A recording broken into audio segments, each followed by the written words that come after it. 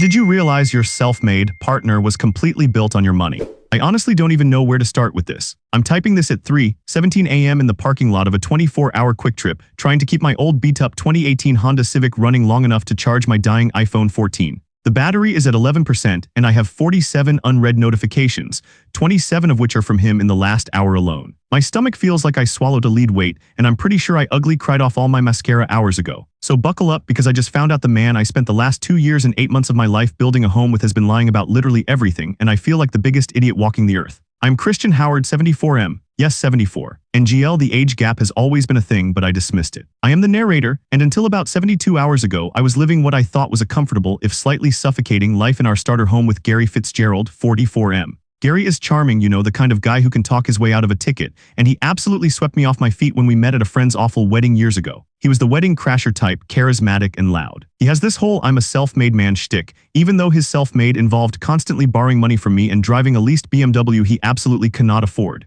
Gary, God Gary, he's a controlling partner, and I knew that deep down, but I was so starved for attention, for connection, that I became a total doormat. Past me was such an idiot, I swear. I let him manage all the finances because he said I was too scatterbrained to handle the monthly $1,247 rent, the utility bills, and the endless stream of home maintenance fees. Our starter home needed constant work. Last week alone, we paid $85 just for a plumber to look at the leaky sink, and don't even get me started on the $347 bill from the AC guys in July. He made me feel safe, but that safety came with strings, tight, suffocating strings. I had to text him every time I left the office on the 5th floor, every time I stopped for a Starbucks latte, venti blonde roast, 3 pumps vanilla, I know basic, and he had access to my location 24/7 through Find My iPhone. If I didn't answer his calls within 3 rings, the triple text started. Where are you? Call me now. I am SEROIUS Chris. It was exhausting, but I told myself it was love. He was just passionate. I know, red flag as high as the Eiffel Tower. The big shift started subtly about 3 months ago. He became obsessed with his appearance. Suddenly, he was spending hours in the gym, the same gym where he works out with his friend Alan Jenkins, 75M. Alan is a total piece of work, a health nut extremist who measures every single calorie and judges anyone who eats anything that isn't green or organic. Gary always acted like Alan was this annoying but necessary business contact, constantly complaining about Alan's relentless diet talk, the endless lectures on gut health, and his insistence on carrying a shaker bottle full of vibrant green sludge everywhere. But they were attached at the hip. Gary was constantly talking about meeting Alan at the coffee shop on Main Street or needing to run errands with him. Here's where my gut started screaming, and past me the recovering doormat finally listened for once. It was Tuesday around 11:47 a.m. I was actually in a Zoom meeting, pretending to look busy while simultaneously trying to plan a grocery run. We were desperately low on everything. I had $43.67 worth of items sitting in my Trader Joe's cart app, mostly just Talenti gelato and organic coffee. Gary had complained the night before that he was starving, even though he'd been oddly skipping dinner lately, claiming Alan insisted they fast for optimal performance. During the meeting, I got a Cash App notification. $200. It was a transfer from our shared checking account to his personal account. This was annoying but not unusual. He often moved money around for business expenses. But then my brain, which has been severely fried from years of gaslighting, decided to check the transaction history. Our shared account is where all the money goes. The $1,247 rent, the bills, my salary. Gary insisted on managing it. I hate to admit this, but I knew his bank login because he literally cannot remember passwords to save his life. I opened the app, heart pounding in my chest.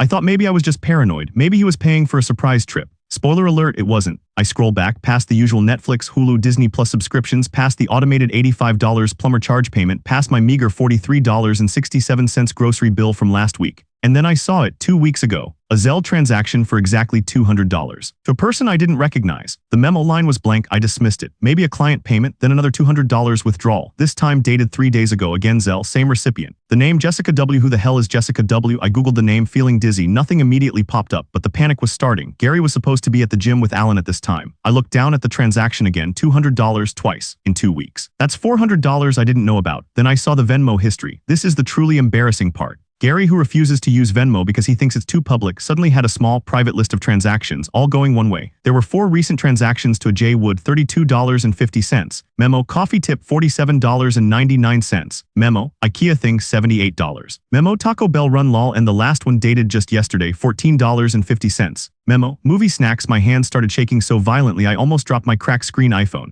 The people on the Zoom call were talking about Q3 projections, and all I could hear was the blood rushing in my ears. I felt physically ill. I checked his location on Find My iPhone. He wasn't at the gym. He wasn't even close to Main Street where the coffee shop was. He was parked in a residential area 35 minutes away near the Westfield district. This couldn't be right. Maybe his phone was glitching. I immediately texted his phone trying to sound casual. Hey, are you still at the gym? Need me to pick up anything on the way home? I saw the dreaded 3 typing dots appear then vanish. Then reappear, then vanish again. Finally, he replied, Yo, just finishing up with Alan, long session today. Back around 5:30 p.m. Don't worry about anything, I'll grab dinner. Liar, lying sack of controlling crap. It was 1:15 p.m. Alan 75M and he had been there for hours. Alan, who is obsessed with his regimented schedule and usually wraps up his intense routine by 10 a.m., the lie was too smooth, it was practiced. I ended the Zoom call abruptly, claiming a family emergency. I literally felt the rage swelling up in my chest. I saw red. I didn't grab my purse, I didn't change out of my stained t-shirt and sweats. I just grabbed my car keys and my phone, checked the address of his location one more time and took off in my Civic. The drive was agonizing. It was 35 minutes of me mentally composing the perfect scorching speech, alternating with silent hysterical crying. I was so mad at him, but mostly I was mad at myself for being so trusting, so blind, so dependent. For being the recovering doormat Christian Howard, 74M, who let a man 30 years younger than him control his life.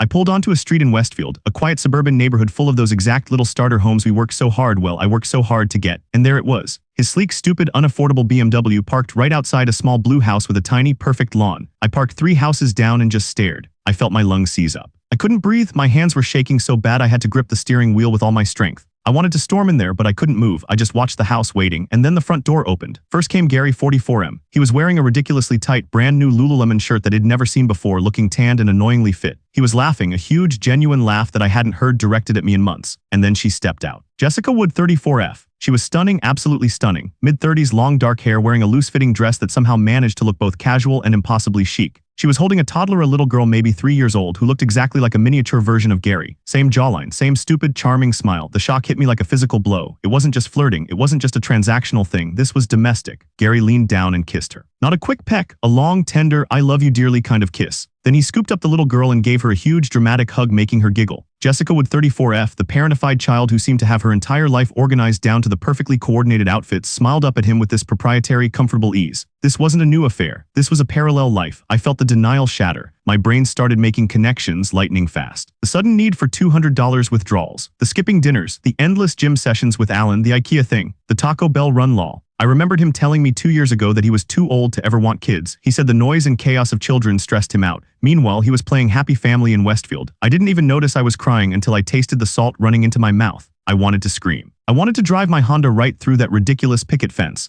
But I just sat there frozen, the recovering doormat still terrified of making a scene. Gary got into his BMW. He waved cheerfully at Jessica and the little girl. Jessica waved back, then turned and went inside, pulling a Ring doorbell notification up on her phone, probably checking the footage to make sure he drove off safely. He pulled away, driving straight past my parked Civic. He didn't see me. He was too busy adjusting his AirPods and probably calling Alan to coordinate their next absurd health regimen cover story. I waited until I knew he was definitely gone, probably already halfway back to our starter home to pretend he was exhausted from his workout. I finally started the Civic, my engine whining in protest. I drove slowly, circling the block once. I pulled up right in front of the blue house. Jessica Wood was back outside, picking up a package from her porch Amazon naturally. I rolled down my window. My voice was a shaky, ragged whisper. Jessica, she turned, confused. Her smile immediately dropped when she saw my swollen, tear-streaked face. Yes, can I help you? She asked, her voice calm and professional. My name is Christian Howard, I managed, fighting to keep my breathing even. I live with Gary Fitzgerald. The way her eyes widened, the subtle shift in her posture. She knew exactly who I was, the other life, the inconvenient truth. Wait, what? She stammered. The $200 transfers, I continued, pushing the words out like rusty gears. The Zelle payments, the little girl on the porch just now.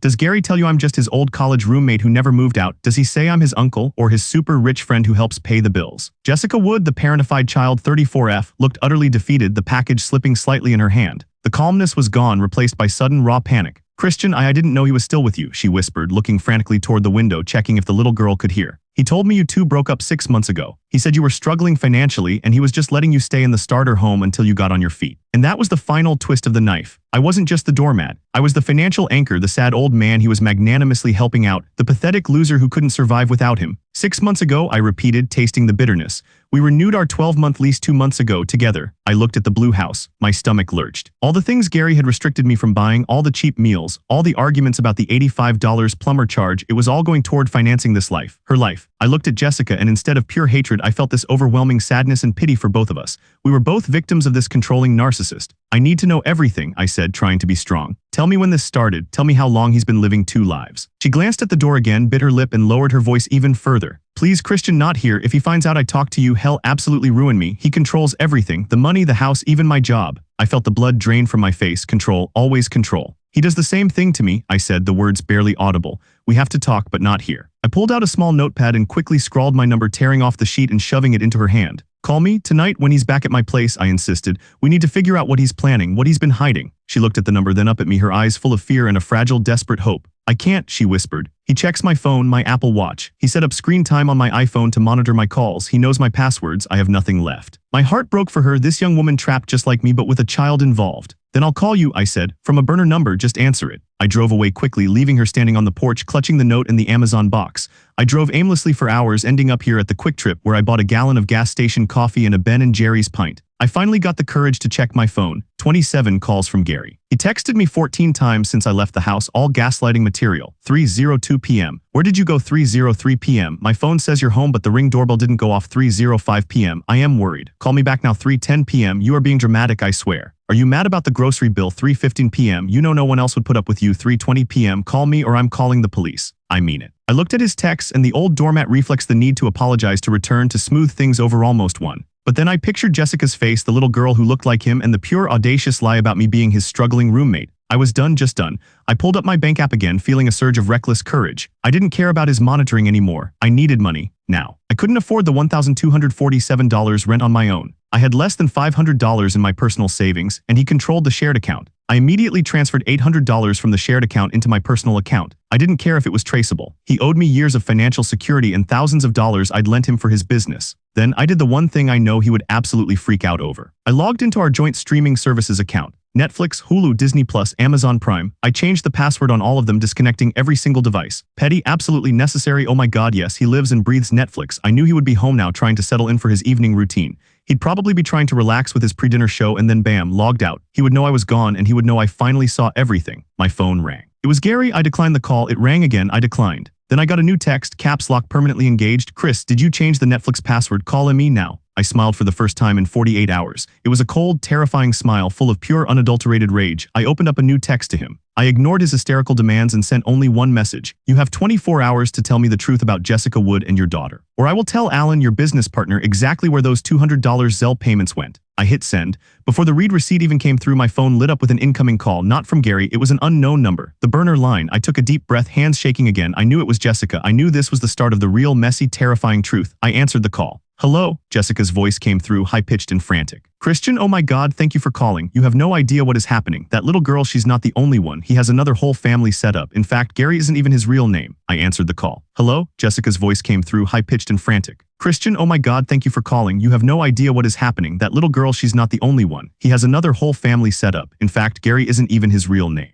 My brain actually short-circuited. I was sitting there in the idling Honda, the smell of burnt Quick Trip coffee filling the air, and I literally whispered, "Excuse me, another one?" She was crying now, quiet little gasps. Yes, 2 years ago he said he was traveling for business in Oregon. He was there for 6 weeks and I thought he was cheating on me with a client. I followed him. He was staying in a tiny apartment outside Portland with a woman named Chloe and a son. The little boy is maybe 5 now. Gary, or whatever his name is, he supports all of us. He cycles. He was running 3 parallel lives, not cheating. This was some next-level pathological sociopathy. What is his real name, Jessica? I demanded. My voice was suddenly steady cold. The anger had crystallized into focus. It's Ronald Miller. He legally changed it to Gary Fitzgerald about 4 years ago, right before he met you. He said it was for a fresh start business venture, but he still uses Ronald Miller for the Oregon bank account. He controls everything, Christian. He has access to my health insurance, my bank account, my daughter's savings. If I cut him off, I lose my job because he owns the company I work for, or at least that's what he told me. He literally bought my loyalty and stability. I sat back against the headrest, feeling a strange calm wash over me. This wasn't just about me being a doormat anymore. This was a massive, intricate fraud operation, and I was just one of 3 women subsidizing his life. 3 women and 2 children, possibly more. He told me he bought our starter home 2 years ago, I said, realizing how stupid that sounded now. I assumed he was on the mortgage. He told me the same thing about my house, Jessica replied, the panic still coating her voice. He said he co-signed for me because my credit was bad. I bet he is the only one on the deed for all 3 houses. He uses us for income and location consistency. We spent the next hour on that burner line. I bought $5 worth of extra prepaid minutes just to keep talking. She shared screenshots she'd managed to take secretly of his business filings, all under the Gary Fitzgerald alias, but listing an Alan Jenkins, 75M, as a minority partner. She confirmed Alan was their genuine business partner, obsessed with wellness and integrity and totally oblivious to Gary/Ronald's private life. He's terrified of Alan finding out, Jessica stressed. Alan believes Gary is a family man focused on his ailing elderly relative, that's you, Christian, and his career. If Alan finds out about the financial instability or the cheating, he'll dissolve the business partnership instantly. It's in the contract, something about moral clauses. Moral clauses. Alan, the health nut extremist, was the nuclear option. I hung up with Jessica around 4:30 a.m. She promised to send me any documents she could secure, specifically anything related to the shared accounts or the title of the starter home. We agreed to communicate only via burner apps and numbers. I drove home. I was running on fumes and pure white-hot fury. The starter home was dark. His stupid BMW was parked in the driveway. He was waiting. I pulled into the street, parking a block down. I wasn't going in yet. I needed my armor. First, I downloaded the bank statements Jessica had mentioned. I went back 6 months. The transfers were dizzying. Money flowed into the shared account from Alan's company. Money flowed out to 3 different residential mortgages, not ours, Zelle payments to Jessica and Chloe, and weekly cash withdrawals. He was using my income and my stable credit history to anchor his fraudulent life, while simultaneously gaslighting me into thinking I was too scatterbrained to manage $1,247 in rent. The rent I was pretty sure he wasn't even paying fully because the lease was under his real name or something equally complicated and evil. I checked my phone again. Gary's texts were a hurricane. 4:45 a.m. I'm calling the landlord, Chris. You are jeopardizing the lease. This isn't funny. 4:50 a.m. I know you're punishing me for something. Just tell me what I did. Let's talk like adults. 5:05 a.m. Alan is calling me first thing this morning. Are you trying to ruin my life? Is that what this is? 5:10 a.m. If you tell Alan anything, I will make sure you lose everything. You know I control the accounts. Ah, the classic narcissist flip. You are ruining my life. I walked into the house around 5:30 a.m. just as the sun was starting to come up.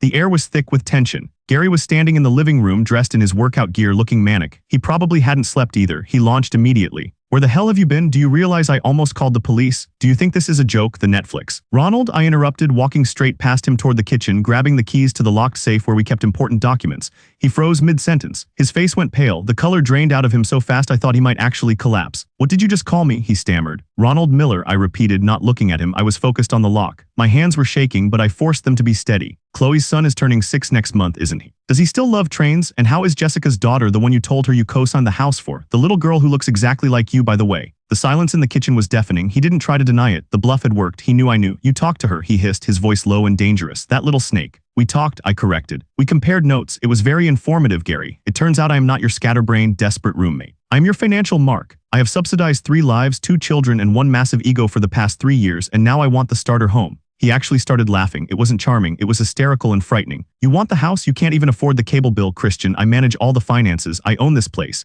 Your name isn't on the mortgage. Your name isn't on the deed. I let you stay here out of the goodness of my heart. Show me, I challenged, turning around, finally meeting his eyes. He looked desperate, cornered. Show me the deed. Show me the mortgage statement that says Gary Fitzgerald owns this house outright. I'll wait. He started pacing, running his hand through his perfectly sculpted hair. It's complicated. It's under an LLC. Alan set it up for me. Then I'll ask Alan. I pulled out my phone. In fact, I'm going to call him right now. We need to talk about those Zelle payments, the moral clauses, and the fact that his supposed business partner has 2 secret families and is operating under a false identity. His eyes widened in true terror. Alan Jenkins, 75M, was his lifeline, his source of legitimacy, and the only person who stood between him and total financial ruin. Don't you dare call him, Christian, he threatened, stepping closer. If you do this, I will call the bank right now and empty the shared account. I will cancel your credit cards. You will have nothing left. You're 74 years old. You can't survive this. That was the line. The controlling partner always returns to the fear. The you can't survive without me routine. I already transferred $800 out, Ronald, I said calmly, holding up my phone. It's gone, and I just changed the password on the shared bank account so I get the security code, not you. I also have screenshots of every suspicious transaction dating back 6 months, including the transfers to Ronald Miller's account in Oregon.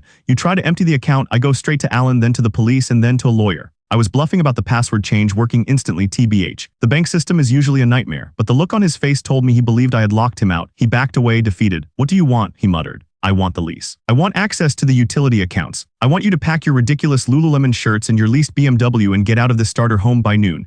I will take on the rent and the bills, the ones you were supposed to be paying. I don't want your money, I just want my peace and my home back. And what about Alan? He asked, licking his lips nervously. If you are gone by noon, and if you sign a statement saying you owe me $5,000 in repaid debt, I will tell Alan that we had a terrible argument and you moved out, nothing more. I will keep your other lives a secret. I don't want to ruin Jessica and Chloe, I want them free too. It was a terrible deal for me financially, but the thought of getting him out and securing the home my home was worth the $5,000 loss. He stood there, vibrating with anger and defeat. Finally, he nodded curtly. Fine, but you better not change your mind. I didn't watch him pack. I went into the back bedroom, locked the door, and called my best friend David. David, 74M, has known me since college and he is a retired divorce lawyer. I woke him up at 6:15 a.m. David, I need you to listen very carefully. Get ready to start laughing and then get ready to sue. I told him everything. The multiple families, the fake name, the financial manipulation, the lease bluff. David was furious on my behalf but also weirdly exhilarated by the complexity of the scam. "Christian, you are a genius for using Alan as leverage," David said, his voice crackling with professional excitement. "Don't sign anything, don't agree to $5,000. He owes you at least $20,000, probably more. Get him to sign an affidavit stating he's abandoning the property and all interest in the joint accounts immediately without prejudice. I'll draft it now. Do not let him leave until he signs." I printed out a makeshift affidavit of abandonment on our shared printer, which thankfully still worked. I typed in some legal-sounding jargon. David texted me about relinquishing tenancy rights and debt acknowledgement. When I emerged at 11:30 a.m., Gary was standing by the door with 2 suitcases and a gym bag. The BMW was running. "I'm ready," he mumbled, refusing to meet my eyes. "Not yet," I said, holding out the paper and a cheap ballpoint pen. "Sign this." He read the document quickly, scoffed at the debt acknowledgement, $20,000 David had insisted, but seeing Alan Jenkins mentioned obliquely in the clause about reputation damage seemed to terrify him into submission. He signed. He threw the pen onto the floor. "You're pathetic, Chris. You're an old man who throws away a good thing for a petty revenge fantasy. You'll be back begging for me to pay your bills next month." "Goodbye, Ronald," I said, opening the door for him. He slammed the door behind him and peeled out of the driveway, his expensive tires squealing in a dramatic exit that only a 44-year-old wedding crasher could manage. I walked to the living room window, watched the BMW disappear, and then I sank onto the floor and started crying, but this time it wasn't fear or sadness. It was the crushing exhaustion of war. So it's been 2 weeks since Gary/Ronald left the starter home. The first 48 hours were pure paranoia. I literally taped my windows shut, changed the locks, cost me $185 thanks to a very kind but very slow locksmith, and had David contact a lawyer friend of his who specialized in housing abandonment. The good news, Gary had been telling the truth about one thing. He had set up an LLC for the house, and because I had him sign that document stating abandonment of interest, and because the lease was under his current alias Gary Fitzgerald, the lawyer said we had a good chance of taking over the lease with minimal fuss, assuming I could prove financial stability going forward. The bad news, he did zero out the shared checking account, the one I had locked him out of. Turns out he had a separate debit card linked to the account that bypassed the new online password. He took $947.88. I was left with the $800 I had transferred in my meager personal savings. Total cash, $1,280. Rent due in 2 weeks, $1,247. I was sweating. I spent the next 3 days in a haze of Talenti gelato and organic coffee, going into the office to physically look busy but achieving zero Q3 projections. I couldn't focus. Every time my phone buzzed, I jumped. Jessica, 34F, was my lifeline. We talked almost daily via Signal, swapping information and emotional support. She was terrified of leaving Ronald/Gary, not because she loved him, but because he was her only source of income and her daughter's health insurance. She admitted she was a total parentified child who had taken on the role of perfect partner to secure the stability she never had growing up. "He targeted us, Christian," she told me once. "He finds people who desperately need the security he offers, and then he makes us pay for it with absolute control." She also confirmed the extent of his manipulation with Alan Jenkins, 75M. Apparently, Ronald/Gary had been skimming money from Alan's company, pretending the expenses were related to elder care for me or complex travel logistics to meet clients. This is where the plot thickens, as they say. I was getting tired of being poor and scared. I decided Alan needed to know some of the truth, or Ronald would keep doing this, financially ruining people while hiding behind his optimal performance facade. I wrote a long, careful email to Alan Jenkins, 75M. Alan, the health nut extremist who lectures everyone on honesty and clean living. I knew he would absolutely despise this man. I kept Ronald's identity secret for now, and I didn't mention Chloe.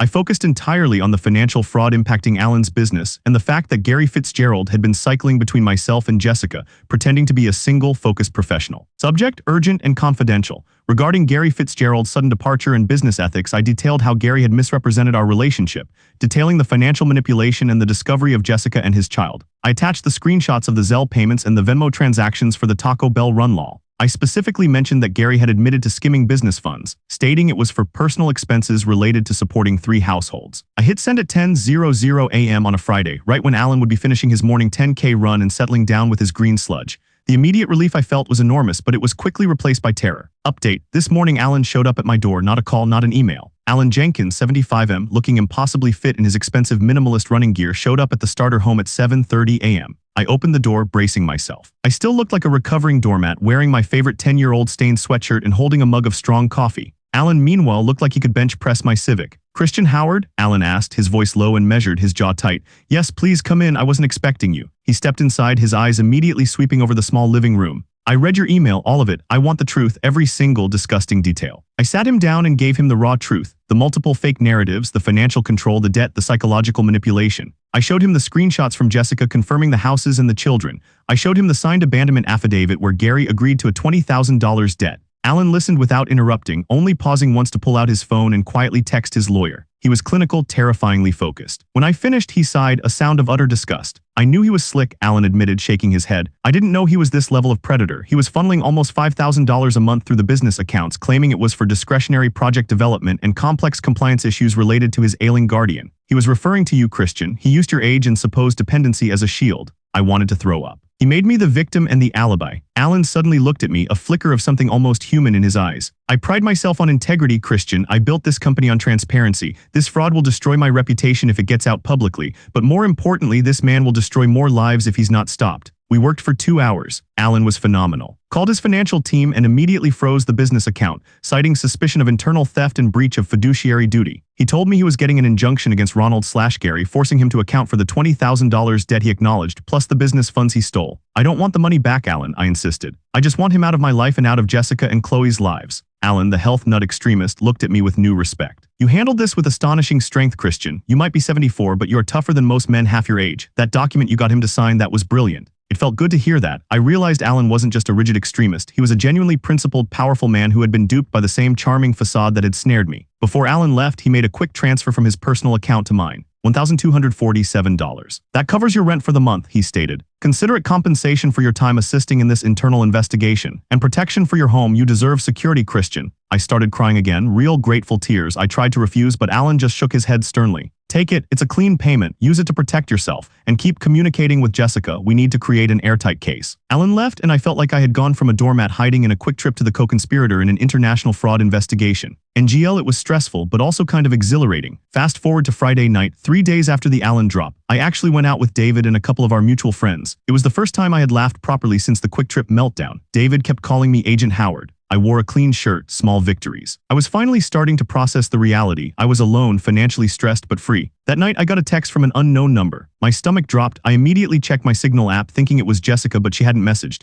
The text read, Chris, I know you're talking to Alan. If you don't stop, I will tell the bank you abandoned the starter home and the lease is void. I will take everything. It was Gary/Ronald, predictably. He must have realized Alan had frozen the accounts. I didn't answer. I showed it to David, who promptly told me to block the number and forget about it. He's bluffing. He can't afford a fight with Alan's lawyers. Then I got a text from Jessica. Christian, he's gone. He took the BMW and literally vanished this morning. He left a note saying he needed to travel to fix things with Alan. But the note was addressed to me and he signed it, Ronald, your true love. Jessica was distraught but simultaneously relieved. He hadn't just left me, he had abandoned the entire structure. The pressure was so intense he had run. The next few days were a blur of logistics. Jessica and I collaborated. We both filed restraining orders citing the financial abuse and threat of coercion. We provided the lawyers with everything, the documentation, the aliases, the debt acknowledgement, the screenshots of the children. The lawyers, Alan's lawyer who had taken me on pro bono because Alan insisted, and David's recommendation advised me to change my work direct deposit immediately and set up all the utilities and rent under my name. I was officially taking over the starter home lease. It was terrifying signing that new agreement, committing to the full $1,247 a month on my single income, but it felt monumental. I also changed all my passwords, every single one. I got rid of Find My iPhone access. I threw away my Apple Watch, which he had gifted me just in case there was some tracker I didn't know about. I was shedding the suffocating strings. 2 weeks later, mid-September, the starter home feels different. It's quiet. I can eat whatever I want. Venti blonde roast with 3 pumps vanilla, and yes, I bought the Talenti gelato. I don't jump every time the door opens. I got a surprising update from Alan. Alan Jenkins, 75M, has gone into overdrive trying to salvage his business integrity. He's been incredibly supportive, surprisingly. He didn't just cut me off, he actually became a weird, hyper-supportive friend. He keeps sending me texts about my cholesterol levels and recommending I replace my coffee with green tea. A few days ago, he texted me, Christian, I highly recommend you start a rigorous mobility routine. Stress increases cortisol. You must move past the trauma. I have sent you a link to an excellent organic collagen powder. LOL. Alan is still Alan, the health nut extremist, but now he's my Alan. I actually bought the collagen powder just to be polite.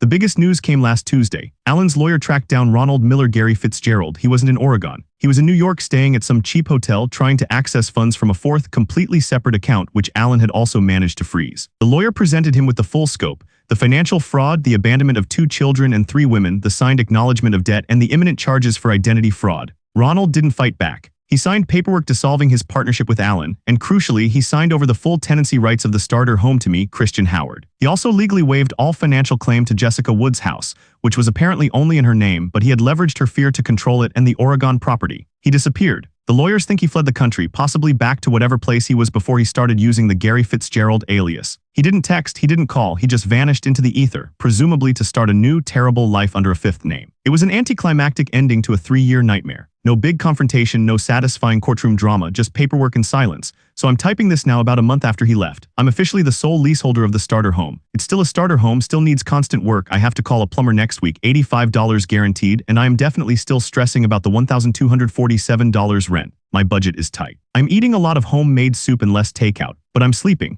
Really sleeping without fear that someone is monitoring my every move or waiting to criticize my choices. Jessica and I are still in contact. She's terrified but starting to build a support network. She's got her job, her daughter, and the realization that she has the strength to stand on her own. She's getting a therapist who specializes in financial abuse. We plan to meet for coffee soon in person, no secrecy, just two people who survived a predator. I still feel like an idiot sometimes. Why did I, Christian Howard, 74M, let a man 30 years younger than me control every single aspect of my life? Why did I become the doormat? My therapist, yes, I got one. Alan recommended her naturally, says I was deeply vulnerable after years of prioritizing others. Gary recognized that need for connection and weaponized it. It wasn't my age, it was my vulnerability. The recovery is gradual healing, absolutely. Yesterday, I logged into Netflix. I changed the profile name from Gary and Chris to just Chris. It was such a small thing, but I sat there and cried over it for 10 minutes. It's hard, constantly confronting the loss of the comfortable lie. I had a moment of pure weakness last week. I saw a commercial for the exact leased BMW he drove, and I felt this crushing wave of nostalgia for the early days before the multiple families. I almost texted him. I actually typed out, "I hope you're safe," but then I deleted it. I realized safe for him means not hurting others, and I know that is impossible. Instead, I called David. David talked me down and reminded me that the man I missed wasn't real. He was Ronald Miller, a professional liar. I'm learning to set boundaries. I told Alan Jenkins that while I appreciate the collagen powder, I will continue to drink my venti blonde roast with 3 pumps of vanilla. He sent me a text full of scientific data about the harms of refined sugar, but he respected the boundary. Progress. I still have bad days. Days where I look at the house and feel overwhelmed by the debt and the responsibility. Days where I miss the easy charm of the wedding crasher, even knowing he was poison. But yesterday I bought a new, brightly colored blanket for the couch, something Gary would have hated. It felt like an act of rebellion, a small declaration that this space is mine. I'm 74. I thought I was ready to settle down, but instead I had a dramatic, terrifying breakup that involved multiple aliases and a controlling partner escape. It's messy. The accounts are still technically in dispute and I have to fill out mountains of paperwork. I'm financially unstable right now and I am eating ramen every day. But I am free, I'm not a pathetic roommate. I'm Christian Howard and I survived Ronald Miller. I still check my bank account 4 times a day. I still double check the locks. The fear doesn't disappear overnight, but I have control of the remote, the passwords, and my own choices. I'm going to start looking for a second part-time job, something low stress, maybe working at a bookstore. I might even take a community college class just for fun. Yesterday I laughed at a stupid TikTok David sent me about old people trying to use new technology, and for a split second I forgot about the trauma. I realized right then that I'm gonna be okay. Will update if Alan tries to get me to join his extreme cycling group. TBH, I might actually consider it. The man pays for my rent after all. Anyway, that's the update. Thanks for listening. This whole typing it out in real time thing has actually helped a lot. Stay safe out there and remember, if they tell you you're too scatterbrained to handle the rent, they are probably running a triple life scam. Check those passwords.